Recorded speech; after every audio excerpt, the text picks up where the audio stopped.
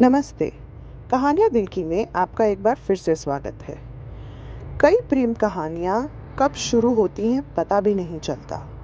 तो चलिए शुरू करते हैं हमारी आज की कहानी उसकी आंखों से।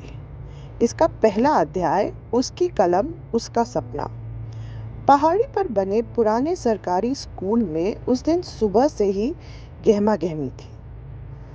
सकरी गलियों में बच्चे भागते हुए जा रहे थे, किसी के हाथ में किताबें, किसी के हाथ में पन्ने और हर तरफ घबराहट से भरी फुसफुसाहटें। मिड टर्म की परीक्षाएं शुरू हो गई थी और 7वीं कक्षा का छात्र आरव अपने जवाबों से ज्यादा अपनी लिखावट को लेकर परेशान था। लेकिन उस सुबह सीढ़ियों पर ही प्रिंसिपल ने उसे रोक लिया। आरव, उन्होंने जल्दी से कहा, हमें तुम्हारी मदद चाहिए, मेरे साथ चलो।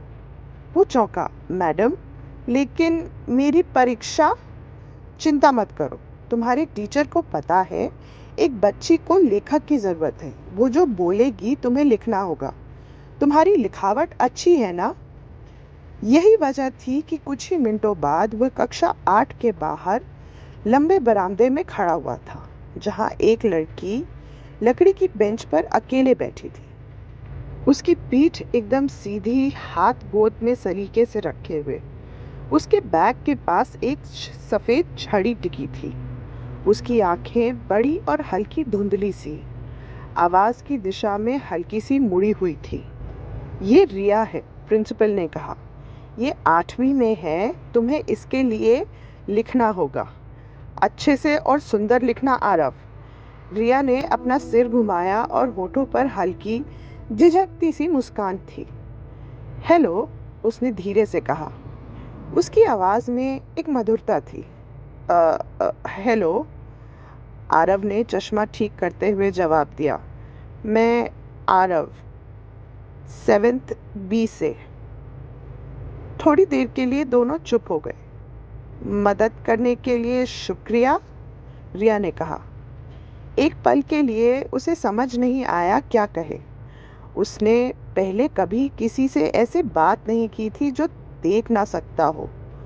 वो खुद को उसकी आंखों को घूरता हुआ महसूस कर रहा था, सोचते हुए कि क्या वह उसे देखने का एहसास कर सकती है। परीक्षा कक्ष के भीतर परीक्षक ने उसके सामने प्रश्न पत्र रखा। तुम्हें इसके बगल में बैठना होगा और जो यह बोलेगी वो लिखना होगा। बीच बीच में उसे पढ़कर सुनाना होगा, समझ गए? आरव ने जल्दी से सर हिला दिया। घंटी बजी तो रिया की आवाज स्थिर थी। पहला प्रश्न, लिखो रोजमर्रा की जिंदगी में किताबों का महत्व। उसका पेन पन्नों पर चल पड़ा, साफ और तिरछी लिखावट में। वह लिखते हुए बुदबुदाया, रोजमर्रा की जिंदगी में किताबों का महत्व। हो गया। रिया ने उसकी ओर हल्का सा सिर घुमाया और पूछा, घबरा रहे हो? थोड़ा, आरव ने शर्माते हुए जवाब दिया। मैं भी, रिया ने कहा, लेकिन हम मिलकर अच्छा कर लेंगे। 1 घंटा शब्दों और फुसफुसाहटों में कब बीत गया पता ही नहीं चला। उसने देखा कि वो हर वाक्य से पहले एक पल सोचती, कैसे सही शब्द तलाशते हुए उसका माथा सिकुड़ता। कुछ मिनटों बाद वो पूछती, आखिरी लाइन पढ़ के सुनाओ, और वो तुरंत पढ़ देता, खुद को अजीब सा महत्वपूर्ण महसूस करते हुए। परीक्षा के बाद जब वे छुट्टी की घंटी का इंतजार कर रहे थे, उसने पूछा, बाहर कैसा दिख रहा है? बरामदा, पेड़? आरव ने खिड़की से बाहर देखा। गेट के पास गुलमोहर पूरा खिला था। लाल फूल खेल के मैदान में ऐसे बिखरे थे जैसे टूटे तारे। बहुत सुंदर, उसने कहते हुए खुद को रंगों में खो जाने दिया। एक पेड़ है, गहरे लाल फूल जैसे छोटी छोटी लोए, और धूप जमीन पर पड़कर उसे सोने जैसा बना रही है। रिया ने सुना, उसके चेहरे पर एक कोमल मुस्कान आ गई। मुझे अच्छा लगता है जब तुम इस तरह से चीजें देखते हो। वो दिन कई और दिनों में बदल गया। हर परीक्षा में वही होता, कलम तैयार उसके शब्दों को लिखने के लिए। धीरे धीरे उनकी बातें उत्तर पुस्तिकाओं से आगे बढ़ गई। एक दोपहर जब दोनों अपने माता पिता का इंतजार कर रहे थे, उसने पूछा, क्या तुम स्कूल के बगीचे का वर्णन चाहोगी ताकि तुम उसे सोच सको? रिया ने उत्साह से सिर हिलाया। वो हाथ से इशारा करने लगा, ये भूलकर कि वे देख नहीं सकती।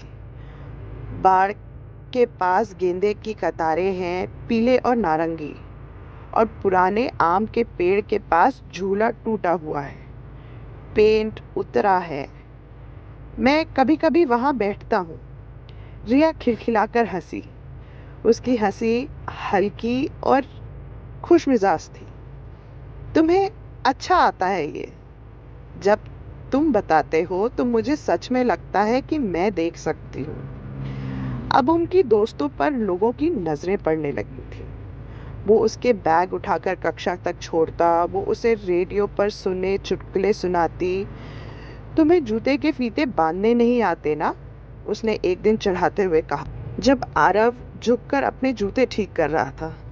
और तुम सिर्फ हुक्म चलाना जानती हो, आरव ने हंसते हुए जवाब दिया।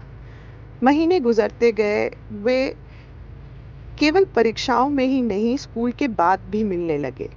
टूटी सीढ़ियों पर या गुलमोहर के पेड़ के नीचे जब धूप हल्की होती। कभी कभी वो कैंटीन से मूंगफली लाता और उसके हाथों को थैली तक ले जाता।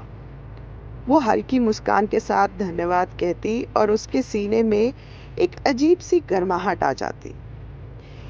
एक बरसात के दिन जब वो दोनों फिर से इंतजार कर रहे थे, बरामदे में मिट्टी और फूलों की मिली जुली खुशबू थी। आरव ने हिचकिचाते हुए पूछा, कभी तुम्हें लगता है कि तुम्हें कहीं और होना चाहिए था, जैसे किसी खास स्कूल में? रिया ने सिर हिलाया। नहीं, मैं यहाँ रहना चाहती हूँ, सबकी तरह जीना चाहती हूँ, कोशिश करना चाहती हूँ। उसकी आवाज में एक शांत दृढ़ता थी। आरव ने उसे देखा। उसके भीतर एक अनकही प्रशंसा उमड़ पड़ी। तुम बहादुर हो, आरव ने धीरे से कहा। रिया ने उसकी आवाज की दिशा में चेहरा मोड़ा। नहीं, मैं बस पीछे नहीं रहना चाहती। उस दिन जब वो मुस्कुराई, वो केवल आभार नहीं था, वो कुछ और गहरा था।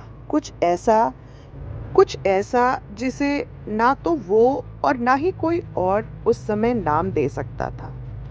उस दिन के बाद वे केवल एक लड़का नहीं था जो एक लड़की की परीक्षाओं में मदद करता था। वो उसका दोस्त था, उसकी आंखें था, उसका हौसला था।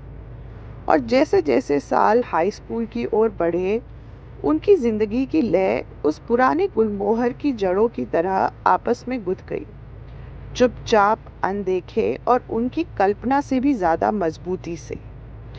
आशा है आज की कहानी आपको पसंद आई होगी।